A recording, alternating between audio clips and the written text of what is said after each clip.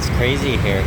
I actually, this isn't even that bad. Yesterday, I happened to walk through when like a high school was letting out, and there was like, it seemed like a million kids literally just swarmed out of the school, and oh my gosh. And then at the same time with all the scooters and the traffic and everything, I should have videoed then just to show that was literally like, when one of those times where you could barely even walk. Like I couldn't even couldn't even get through. It was that thick, like when you were walking along.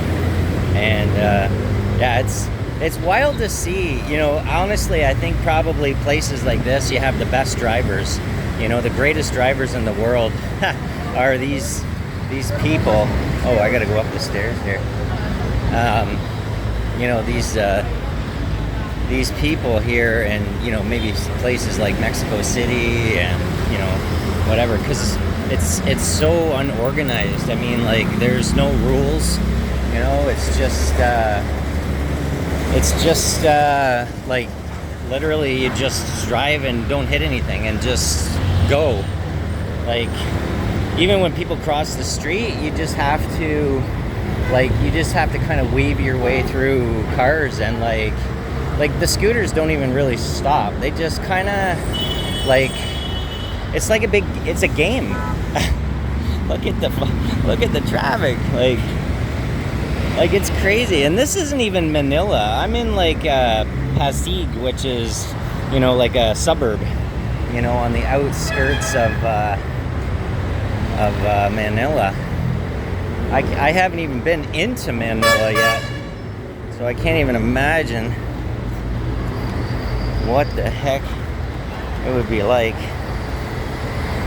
Sometimes I just came across that overpass. Sometimes you see, I think I saw one guy laying there, but sometimes you see them laying out, and and I think to myself, gosh, why are you laying here? Like, I mean, I understand there's homeless, and they're there for whatever reason, but go find a more peaceful place to stay rather than right on an overpass where it's just constant traffic and horns and smog.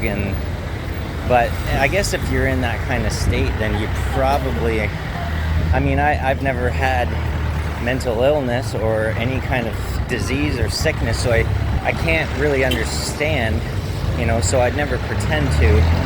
But it's just so obviously I know that they're just, obviously they're not thinking clearly, and that's just it seems like maybe a peaceful place to rest, right? Hey. Yeah, it's crazy. And like the smells, I don't know. I know this is just life for people, but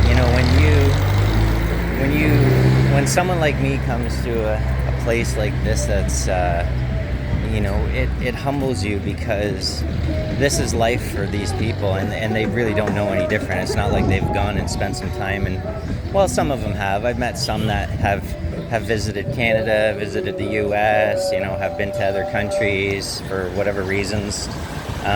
But most of these people have just lived here their whole life, and it's just life, and they don't know any different, so it's not a big deal to them. But wow, it's crazy for me to have lived most of my life in a place where you don't worry about resources, you don't worry about cleanliness, you don't worry about anything. Everything's pretty good.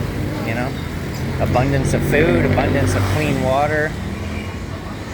And yeah, here it's like just everything everything just is. Like, I don't even know how to describe it. Like, I mean, cats and dogs are just laying out all over wherever, and they're just doing their thing, and they just blend right in. And yeah, I've never seen so many scooters, and then those jeepney things are super cool. I haven't even taken one yet. I've been walking. I even walked when I got here. I walked all the way. I got off the airplane at like 2:30, 3 o'clock a.m. in the morning, and I walked 23 kilometers through the city in the middle of the night and into the day to get to my Airbnb. And it took me hours and hours. But it was awesome because I had conversations along the way. I was like immediately in, you know, inserted in. Like even here, look, everything just flows, right? They go, you walk, no one hits anything, no one hits anybody. These things are cool. Look at this thing here, like, right? I love it. That's a huge mode of transportation. Well, and you know, that's one thing that's cool. I mean, I know that I read that they're building a underground subway system. They're getting another train system. I think that's going to be like a super train thing or something that's going to go from one side of the city to the next, and it's going to alleviate a lot of the traffic. And we got some English. Cyndi Lauper. Oh, girls just wanna have fun. Oh, girls just wanna have fun.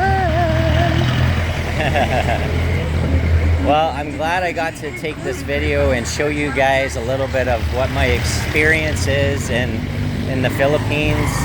I have an Airbnb here I didn't know that it was like this coming before I booked, and I thought, oh, you know, it was cheap. It was like $300 American for an entire month rental for the Airbnb. So I was like, okay, perfect. It's going to be great.